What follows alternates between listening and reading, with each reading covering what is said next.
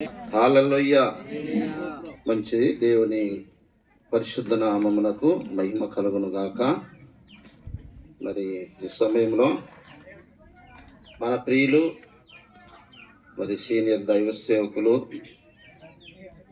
మన ఇస్సాకయ్య గారు వారి యొక్క మరి పరలోక పిలుపును బట్టి మనమందరము ఈ స్థలములో వారిని జ్ఞాపకం చేసుకొని వారి కుటుంబమును ఆదరించి ఓదార్చడానికి, ధైర్యపరచడానికి ఈ జ్ఞాపకార్థ కూడిక ఏర్పాటు చేసి మనందరికీ తెలిపి మరి ఈరోజు ప్రభు సన్నిధిలో మనం అందరం కూడుకోవటానికి కారణమైనటువంటి సందర్భము.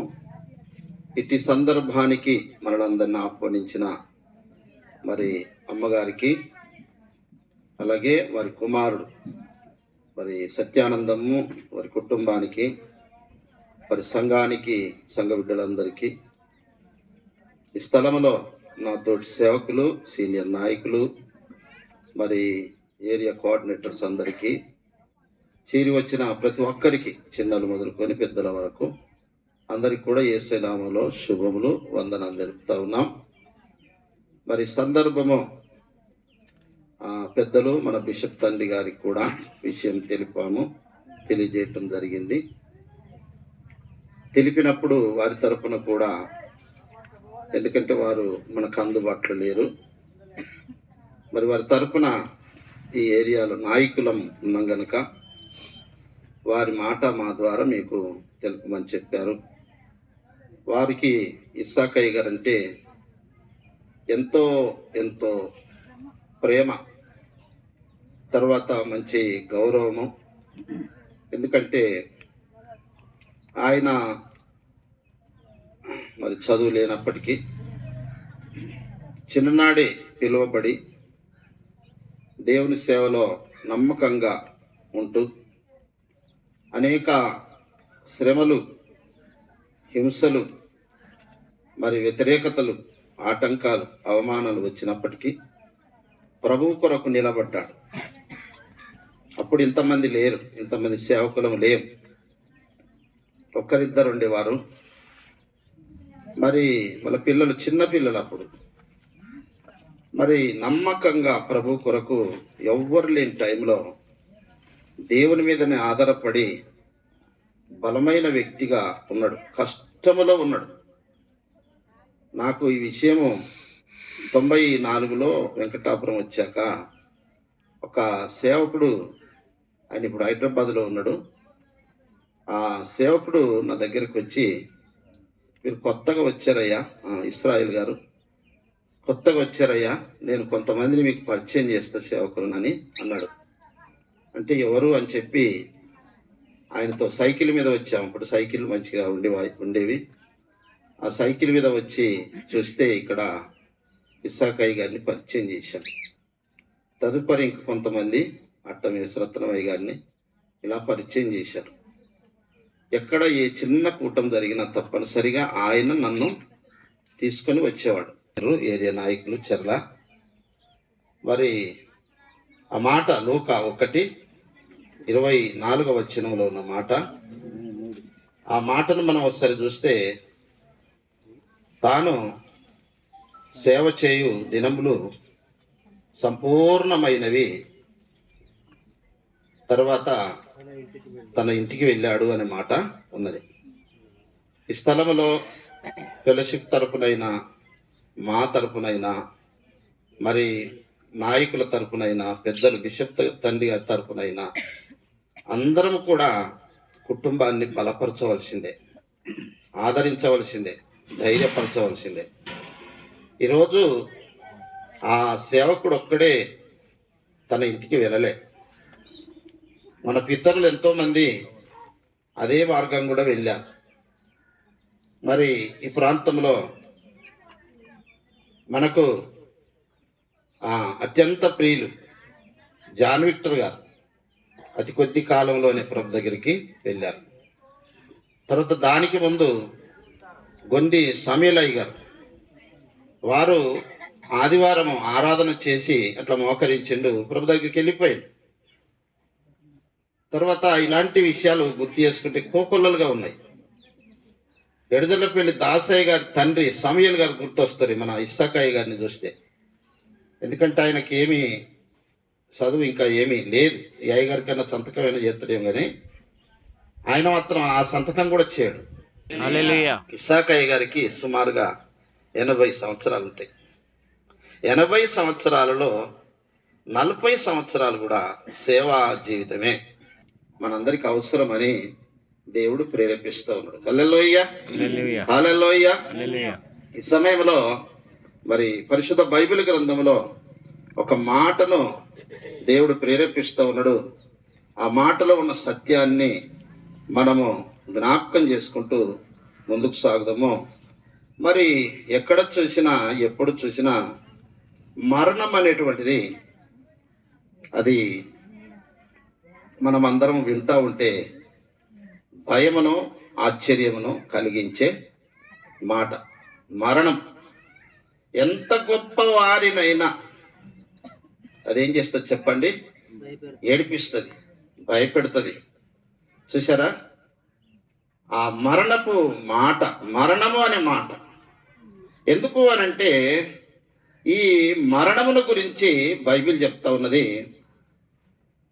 మనిషి లేదా ఆ భూమి మీద ఉన్న మనిషి పుట్టినప్పుడు వారు ఏడ్చుకుంటూనే పుడతారు అనే మాట. ఎక్కడైనా చూసారా ఏడవకుండా పుట్టిన వాళ్ళని? అవి ఆలకించారా? ఇది మర్చిపోయినరా ఆడోళ్ళంతా? కన్న తల్లులు దేవునికి స్తోత్రం. ఏంటట? పుట్టేటప్పుడు ఏడ్చుకుంటూనే. ఎందుకో నేను ఈ భూమి మీదకి వచ్చానని ఏడుస్తూ ఉంటాడట. తర్వాత బ్రతుకుంటా కూడా ఏడుస్తాడట, బ్రతుకుతూ కూడా ఏడుస్తాడట. ఎందుకో నేను ఇలా బ్రతకబడితి అని ఏడుస్తూ బ్రతుకుతాడట. తర్వాత పోయేటప్పుడు కూడా ఏడ్చుకుంటూనే పోతాడట. ఎందుకు? నేను ఇలా అందరిని విడిచి నేను వెళ్ళిపోవడితి అంటూ ఏడ్చుకుంటూనే వెళ్ళిపోతాడట. ఈ విషయాలు గమనించినప్పుడు బైబిల్లో ఒక రాజు గుర్తొస్తూ ఉన్నాడు. ఆయన 2వ సమూయేలు గ్రంథము 18వ అధ్యాయము 33వ వచనమును మనం ఒకసారి గుర్తు చేసుకుంటే ఆడ ఒక రాజు కనబడతా ఉన్నాడు. రాజు, ఈ రాజు చెప్తా తర్వాత. ఈ రాజు చాలా ఉన్నతమైనటువంటి వ్యక్తి, ఇశ్రాయేల్ ప్రజలకు నాయకుడు, చాలా చాలా యుద్ధవీరుడు, యుద్ధశాలి, జయశాలి. యుద్ధము యెహోవాదే అని ఆయన చెప్పిన ఆ నానుడిని బట్టే మంచి పాట కూడా మనం పాడుతూనే ఉన్నాం. కనుక అంతటి యుద్ధశాలి, జయశాలి, బైబిల్లో మరి గొలియాతును చీల్చి చెండాడిన వ్యక్తి. అటువంటి రాజు ఆయన ఏం చేస్తున్నాడో ఒకసారి చూస్తే, ఆ రాజైన దావీదు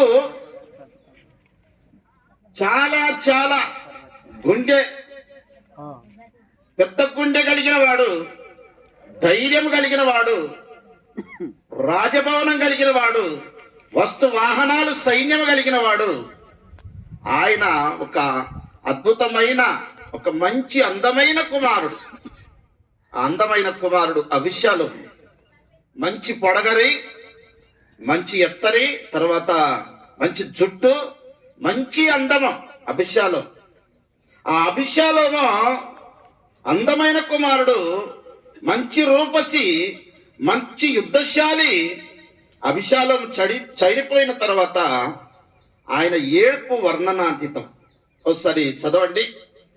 ఆయన ఏడ్చాడు. ఏమని ఏడ్చాడు చదవండి. అప్పుడు రాజు బహు కలతపడి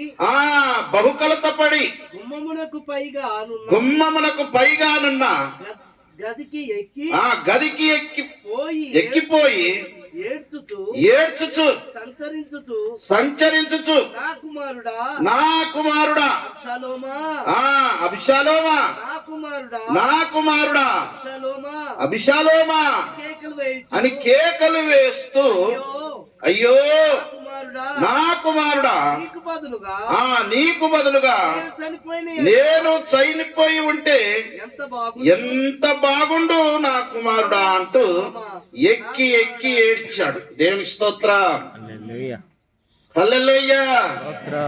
అంటే ఈ మరణం అనేటువంటిది రాజులను కూడా ఏడ్పిస్తూ ఉన్నది, మంత్రులను కూడా ఏడ్పిస్తూ ఉన్నది, భూపతులను కూడా ఏడ్పిస్తూ ఉన్నది.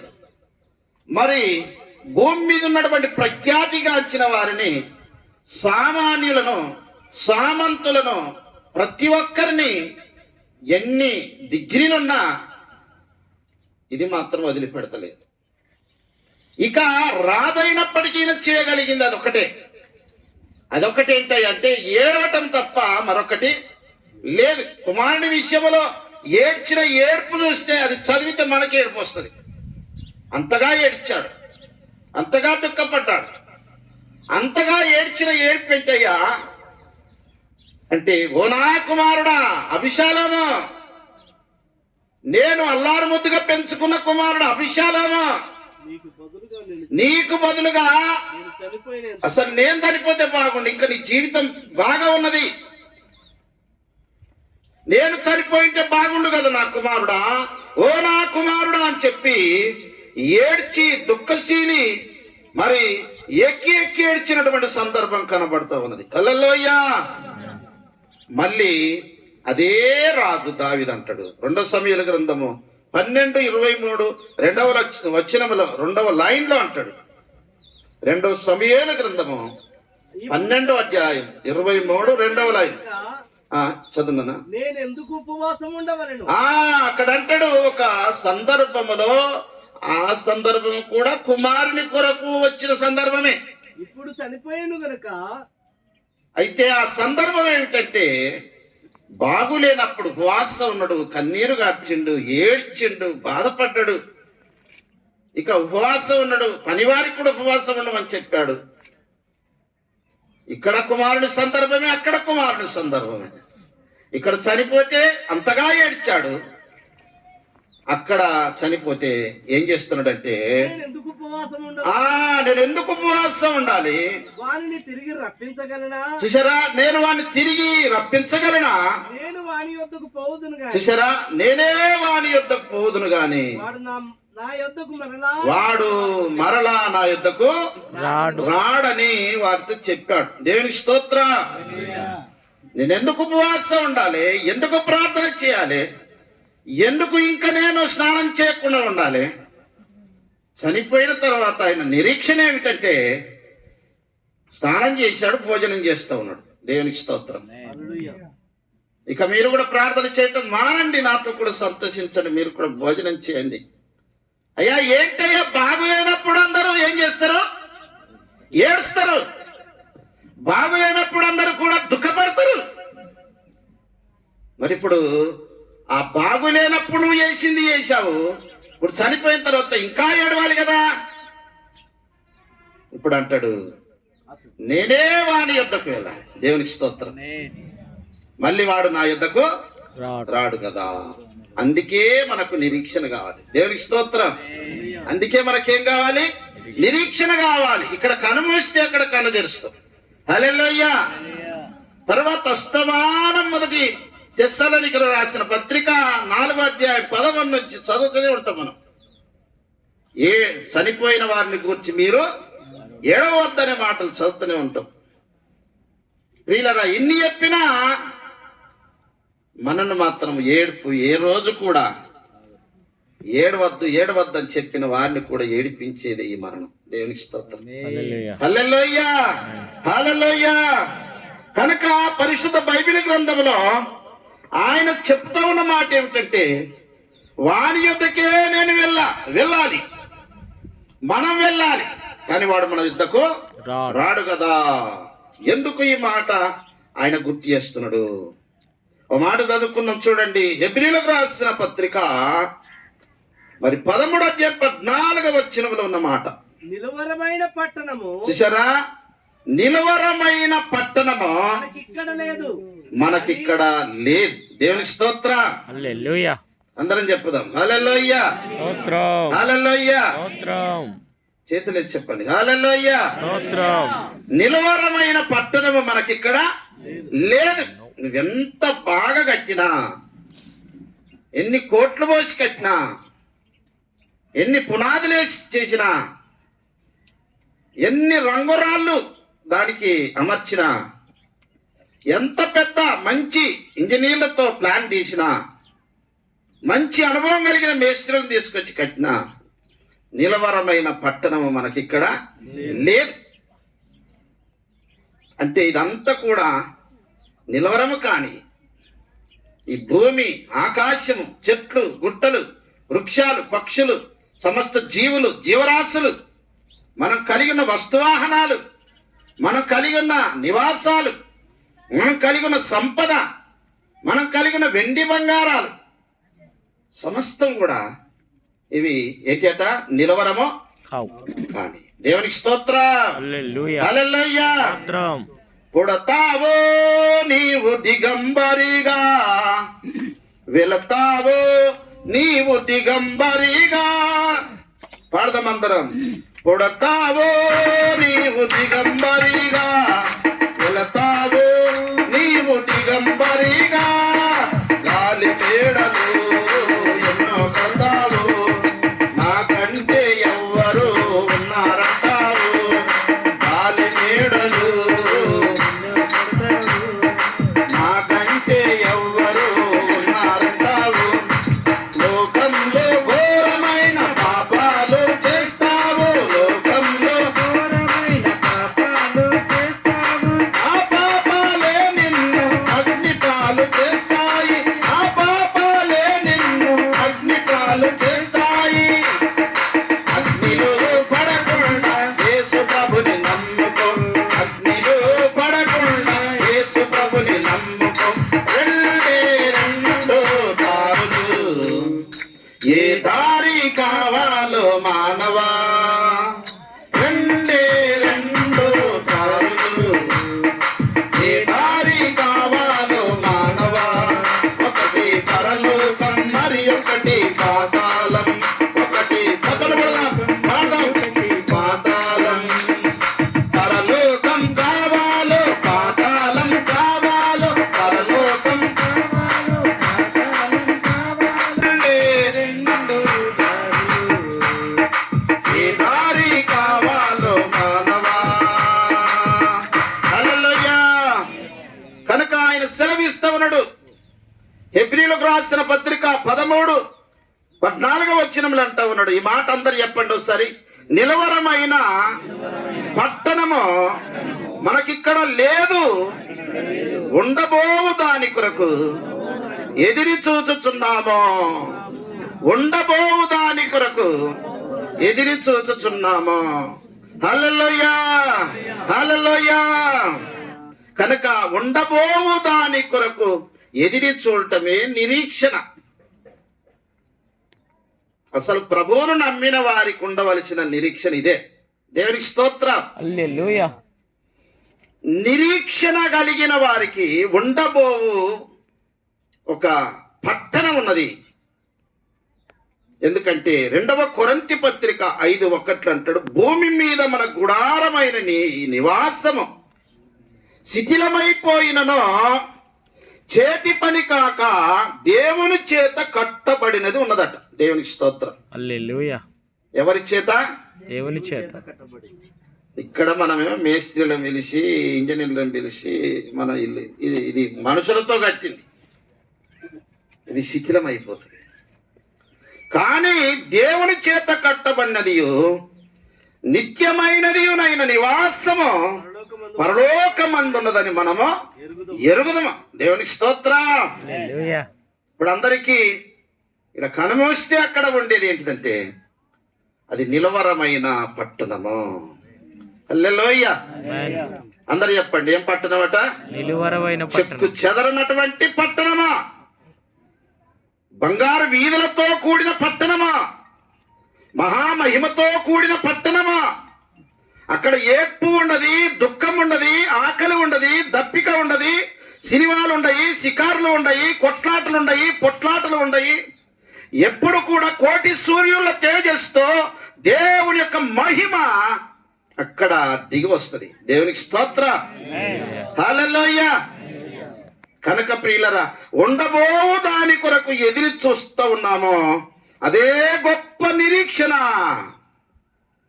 మరి రోమిలకు రాసిన పత్రిక కూడా అపోస్తలుడైన పౌలు రాస్తూ 8వ మొదటి వచనమున అంటాడు, ఒక మంచి మాటను గుర్తు చేస్తాడు. అదేమిటంటే, క్రీస్తునందున్న వారికి ఏ శిక్ష విధి లేదు.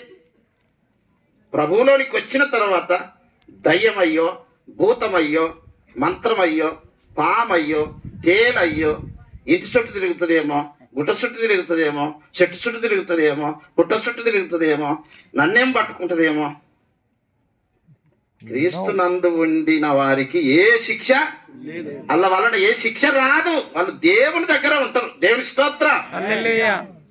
ఇక మనకు ఎన్నో ఉంటాయి. ఎన్నెన్నో అంటే ఎన్నెన్ని చేస్తారంటే, అంటే ఇప్పుడు సందర్భం వచ్చింది కనుక గుర్తు చేస్తా ఉన్నా. ఇస్సాకయ్య గారు అంటే అందరికీ ప్రేమ, అభిమానం. నేను ఆయన గురించి చెప్పట్లేదు, కానీ కొంతమంది ఏం చేస్తారంటే, బ్రతికున్నప్పుడు కనీసం మంచి పాలు కూడా ఇయ్యరు, బర్రె పాలు కూడా ఇయ్యరు, ఎన్నిసార్లు పాలు కూడా ఇయ్యరు. కానీ చనిపోయిన తర్వాత పాలు ఇంత కుండెడు తీసుకుపోతారు. ఇంతకీ తాగుతాడు అక్కడ. అరే ఆయన అన్నాడట, ఏడుచుకుంటూ సమాధి దగ్గర, అయ్యా నువ్వు చనిపోతే బతికున్నప్పుడు నేనేం చేయలేదు, కానీ ఇప్పుడు బర్రెని తీసుకొచ్చి ఇక్కడ కడతానే అని చెప్పి బర్రెని కట్టేసిండట అక్కడ, పాలిచ్చే బర్రె. స్తోత్రం. చూసారా, చనిపోయిన తర్వాత కాదు నాన్న, బ్రతికున్నప్పుడే అన్ని చూసుకోవాలి. దేవునికి స్తోత్రం. హల్లెలూయా. ఎందుకంటే దేవుని వాక్యం గుర్తు చేస్తూ ఉన్నది ఏంటట, చనిపోయిన తర్వాత వాళ్ళు శిక్ష విధి లేదు, వాళ్ళ వలన ఏ రోగము రాదు. వాళ్ళు దయ్యమయ్యో, అట్లయ్యో ఇట్లయ్యో తిరగరు, కలలు పడై. ఏమన్నా వస్తే మంచి వస్తాయి కానీ చెడ్డయి రావు. అట్లాంటి వాళ్ళు కాదు. బతుకున్నప్పుడు నీ కొరకు ప్రార్థన చేసిన, చనిపోయిన తర్వాత కూడా ఏం చేస్తాడు నీ కొరకు? యేసయ్య తండ్రి దగ్గరే ఉంటాడు.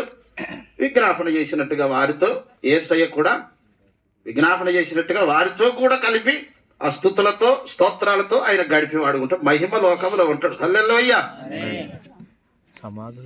కనుక క్రీస్తునందున్న వారికి ఏ శిక్ష విధి లేదు. ఇక ఆ పేరున ఈ పేరున ఇట్లా చేయాలి, అట్లా చేయాలి, ఆ సమాధి దగ్గర కింది తీసుకుపోవాలి, మంచిగా అండి తీసుకుపోవాలి, పొలాలు తీసుకుపోవాలి, పొట్లాలు తీసుకుపోవాలి, గుబ్బెడు తీసుకుపోవాలి, గంపెడు తీసుకుపోవాలి అనేది ఏమి లేదు. మనలో పరిశాన్ చేస్తారు. మనల్ని ఏం చేస్తారంటే, ఇప్పుడు వాక్యం బాగానే వింటారు, మళ్ళీ తర్వాత అట్టినే చేస్తారు. ఏది వద్దంటున్నాం అదే చేస్తారు. అరే బ్రతుకున్నన్ని రోజులు బట్టలు వాడారు, ఓకే. ఇప్పుడు ఎప్పుడైతే వాళ్ళు ప్రభు దగ్గరికి వెళ్ళారో ఈ మూటలన్నీ కడతారు, మంచం అంతా కడతారు, తర్వాత బట్టలన్నీ మడితేస్తారు, తర్వాత బీరువులన్నీ తీస్తారు, తర్వాత చెద్దర్లన్నీ తీస్తారు, ఇక బనీళ్ళన్నీ తీస్తారు. ఇవన్నీ తీసి పెద్ద మూట కట్టి మళ్ళీ సమాధిలో ఈయనతో పాటు అట్లా చేయటము వాక్యానుసారము కాదు. బీరువ నిండా అవి మంచిగా సెంటు కొట్టి, మంచిగా డాంబర్ గోళీలేసి, మంచిగా బీరువలో పెట్టినాయి. వాళ్ళకన్నా పేదలకు ఇయ్యలేకపోతే అది నీ ఇష్టం, కానీ అందులో మాత్రం ఏమి ఇయ్యద్దు. దేవునికి స్తోత్రం. మొన్న ఒక ఆవిడ చెప్తా ఉన్నది, సారసీస కూడా తీసుకొస్తుంది, చుట్ట తీసుకొస్తుంది. అరే ఇదేందమ్మా అంటే, అయ్యా ఏం చేస్తామయ్యా, ఆయనదేనయ్యా ఇది అంటుంది. చూసారు, ఆయనదేనయ్యా ఇది అంటుంది. మరి మీరు ఏం చెప్తారు చెప్పండి? తీసుకుపోవచ్చు అంటారా? చుట్ట, బీడి, తంబాకు, పొగాకు, సారసీస, దేవునికి స్తోత్రం చెప్పుదాం. అలాంటివి చేయొద్దు. సమాధి అద్భుతంగా, పవిత్రంగా, పరిశుద్ధంగా ఉండాలని ఈ మాటలు గుర్తు చేస్తా ఉన్నా. కొన్ని మాటలు ఇంకొక మాట కూడా గుర్తు చేద్దాము. చూడండి ఒకసారి ఈ సమయంలో. మరి సామెతల గ్రంథము 20వ అధ్యాయము 27వ వచనములో ఉన్న మాట గుర్తు చేసుకుందాం. అక్కడ ఏముంటదంటే, నరుని ఆత్మ దేవుడు పెట్టిన దీపము అని కనబడుతూ ఉన్నది. హల్లెలూయా. ఎందుకంటే చెప్పండి, ఇప్పుడు మీలో ఉన్న ఆత్మ ఎవరు పెట్టినట? యెహోవా. దేవుడు పెట్టిన దీపం. హల్లెలూయ చెప్పుదాం అందరం, హల్లెలూయ. నరుడు యొక్క ఆత్మ దేవుడు పెట్టిన దీపం గనక ఆ దీపం ఆరిపోయిన తర్వాత క్రీస్తునందున్న వారు ఉండవలసిన స్థలమే పరలోకమనే స్థలం. హల్లెలూయ. ఆమేన్. ఇక మనోళ్ళు కొంతమంది ప్రసంగం చేస్తా ఉన్నారు, ఇప్పుడు ఇంకా పరలోకము లేదు, ఇంకా నరకము ఏర్పడలేదు. నిజమే, అదంతా బాగా వాక్యం తెలిసి బాగా పండిన వాళ్ళకు అది అర్థమవుతుంది. ఇక మీకు ఇప్పుడు పరదేశం ఉన్నది, ఇక మీకు పాతాళం ఉన్నది, ఇవన్నీ ఇట్లా ఇదంతా చెప్పుకుంటా పోతే ఈ బ్రాంచీలు మీకు ఇది అర్థం కాదు. మేము మిమ్మల్ని తీసుకుపోయి పెద్ద చెరలో వెళ్ళినట్టు అవుతుంది. ఇక మిమ్మల్ని పరిశాన్, మేము పరిశాన్ కదా, అట్లా కాదు. డైరెక్ట్ ఏంటి చెప్పండి? పరదైస్. నమ్మితే నరకం ఉన్నది అన్నాడు, నమ్మకపోతే చెప్పండి మోక్షం ఉన్నది అన్నాడు, నమ్మకపోతే నరకం అన్నాడు. అది ఎప్పును దేవునికి స్తోత్రం. హల్లెలూయా. చప్పట్లు కొట్టేసరి కనపరచండి. ఆమేన్. నమ్మితే మోక్షం ఉన్నది, నమ్మకపోతే నరకం. చెప్పండి, నమ్మితే మోక్షం, నమ్మకపోతే నరకం ఉన్నది. ఇది కూడా బైబిల్ ఆధారమే. హల్లెలూయా. ఆమేన్. కనుక నీకు ఉన్న ఆ ఆత్మ దేవుడు పెట్టిన దీపము. ఇక్కడ కనుమూస్తే అక్కడ కను తెరుస్తాం, పరలోకములో ఉంటాం. ఎందుకంటే పరలోకం అంత వైభవంతో కూడింది. నాకు మంచి పాట వస్తుంది కానీ మరి ఉన్నాడా? హల్లెలూయా, హల్లెలూయా. హల్లెలూయా. హల్లెలూయా. స్తోత్రం, స్తోత్రం. మీరు కూడా కొద్దిగా సహకారం చేయండి నాన్న, మేము క్లోజ్ చేయబోతా ఉన్నాము. పరమ దేవుడు తుడిచి వేయును అన్నిటి బాధలు, ప్రాణదో దుఃఖమచ్చట ఉండును దేవుడు తుడిచి వేయును అన్నిటి బాధలు, అది అంతము ఆయనే యేసుడే, అది అంతము ఆయనే శివజలము యేసుడే. పరమున ఆలయం నిరతం నీవేగా, సరిసాటి లేరు ప్రభువా నీ సన్నిధి కాంతికి. గొర్రెపిల్ల మహిమకు ప్రభు యేసు కాంతికి, గొర్రెపిల్ల మహిమకు ప్రభు యేసు కాంతికి, గొర్రెపిల్ల మహిమకు. హల్లెలూయా. కనుక ప్రియమైన వారులారా, నమ్మిన వారికి ఒక గొప్ప నిరీక్షణ ఉన్నది. ఇక్కడ కనుమోస్తే అక్కడ కను తెరుస్తారు. తెరవటమే కాదు, ఆయన మహిమ మండలములో, నూతన యెరూషలేములో, అంతాపురములో ధవలమైన సింహాసనం మీద ఆ యేసయ్య కూర్చొని ఉండగా తన భక్తులందరూ కూడా కోటాను కోట్ల దూతలు, 24 పెద్దలు, శరాపులు, కెరూబులు మహిమ మండలములో వారు దేవుని స్తుతిస్తూనే ఉంటారు అనే మాటలు ఇప్పుడు పాడిన పాటలో కనబడుతూ ఉన్నాయి. కనుక అక్కడ దుఃఖం ఉండదు. హల్లెలూయా. అక్కడ వేదన ఉండదు. నమ్మిన వారికి మోక్షం ఉన్నది, నమ్మని వారికి ఏమున్నదట? భయంకరమైనటువంటి శిక్ష, నరక శిక్ష, నరకం ఉన్నదని గుర్తు చేస్తూ ఉన్నది. ఈ సమయంలో మన ఇస్సాకాయి గారి యొక్క మెమోరియల్ సర్వీస్ సందర్భంగా ఒక గుడ్ న్యూస్ మీకు చెప్తా ఉన్నా. ఆ గుడ్ న్యూస్ ఏంటంటే, మీరు శిక్ష పొందటము, మీరు నరకానికి వెళ్ళటము నమ్మకుండా ఉన్న వారికి శిక్ష ఉన్నదని ఉన్నది. క్రీస్తునందున్న వారికి శిక్ష లేదు సుమా, క్రీస్తునందు లేని వారికి శిక్ష ఉన్నది. అయ్యా మేము బాధలో ఉన్నారని వచ్చామయ్యా, వారిని ఓదార్చుదామని వచ్చామయ్యా, వారి కన్నీరు చూద్దామని వచ్చినామయ్యా. మరి ఇప్పుడు మీరు మమ్మలను ఈ మాట ప్రశ్నిస్తూ ఉన్నారు, మాకు శిక్ష అంటూ ఉన్నారు.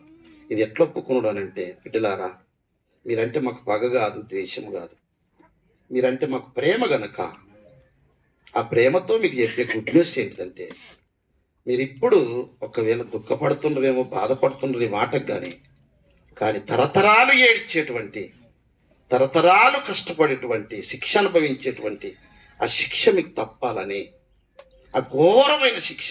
పాములు తేళ్ళు కుడితే ఎంత బాధ ఉంటుందో, ప్రసవ వేదన పడే స్త్రీకి ఎంత బాధ ఉంటుందో, మరి భయంకరమైనటువంటి బాధ, చీకటి బాధ, ఎవరు తప్పించలేరు, నరక బాధ. అక్కడ అగ్ని ఆరదు, పురుగు చావదు. అంత భయంకరమైనటువంటి నరకం తప్పాలంటే ఈ గుడ్ న్యూస్ను వినాలి. ఆయన నమ్మండి. ఆ ఇస్సాకయ్య గారు నడిచిన బాటలు మీరు నడవండి. ఆయన చెప్పిన సువార్తని మేం చెప్తా ఉన్నాం. ఇక్కడున్న దైవసేవకులందరి నోట వచ్చేది అదే సువార్త. మీరు మమ్మలను భోజనం పెట్టినదే చెప్తాం, భోజనం పెట్టకున్నదే చెప్తాం, దుఃఖములో ఉన్నదే చెప్తాం, సంతోషములు ఉన్నా అదే చెప్తాం. మా బాధ ఏంటిదంటే మేము కనుమూస్తే యేసయ్య దగ్గర కను తెరుస్తాము, మహిమలో ఉంటాము, ఆ స్వర్గము మేము అనుభవిస్తాం.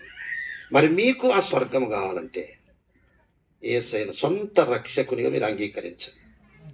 ఇది పెద్ద బాధకరమైంది కాదు, చిన్నదే. నమ్ముట వలన రక్షణ దొరుకుతుంది అంతే. అది కూడా నీ నోటితో ఒప్పుకోవాలి, హృదయంలో విశ్వసించాలి, ఆ తర్వాత నీకు వెంటనే రక్షణ వస్తుందని బైబిల్లో ఉన్నది. దేవునికి స్తోత్ర. హల్లెలూయా. మరి మీకు ఏది కావాలి? మోక్షం కావాలా, అంటే స్వర్గము కావాలా, పరలోకం కావాలా? ఇన్ని పేర్లు ఉన్నాయి దీనికి. మరి అది కావాలి. ఎవరైనా కోరుతారా నరకం పోదామని? వాళ్ళని ఇష్టపడతానన్నా? ఎవరు ఇష్టపడరు. మరి నీకు ఇది ఒక మంచి ప్రశ్న మేము ఉంచాం. ఏది కోరుకుంటావో నువ్వు కోరుకున్నదే జరుగుతుంది. మేము కోరుకున్నాము. ఈరోజు మాకు ఒక నిరీక్షణ ఉన్నది. మరి నిరీక్షణ లేని నీవు శిక్ష పొందకూడదని ప్రేమతో ఈ మాటలు గుర్తు చేస్తూ నేను ఈ మాటలు ముగిస్తూ ఉన్నా.